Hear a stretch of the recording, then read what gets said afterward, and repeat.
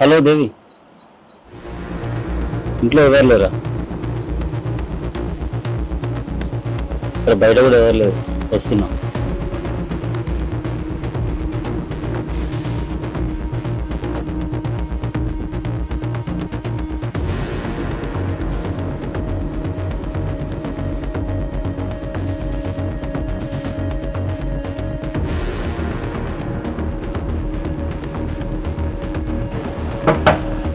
రాజు వచ్చినావా?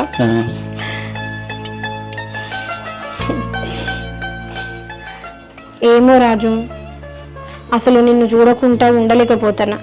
ఎప్పుడు నీ జాసే, ఎప్పుడు నీ రూపమైన కళ్ళల్లా.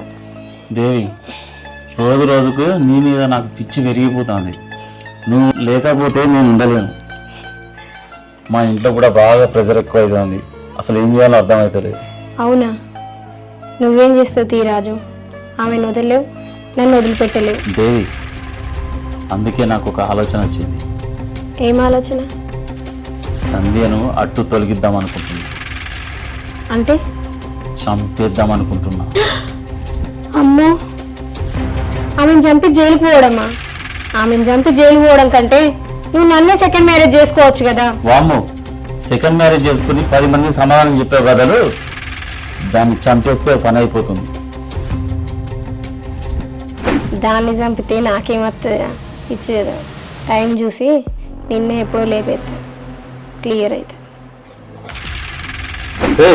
ఏం ఆలోచిస్తున్నావే? ఏం లేదు రాజు, మనం ఏం చేస్తే సంతోషంగా ఉంటామని ఆలోచిస్తాను.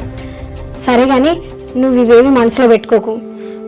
ఈ చంపుడు గింపుడు ఇవన్నీ ఏమొద్దు, ఆలోచించుదాం. దానికి నా చేతులతో కాకుండా దాని మాటలతో చంపేస్తా, సరేనా? నీ ఇష్టం రాజు. వెళ్ళొస్తా.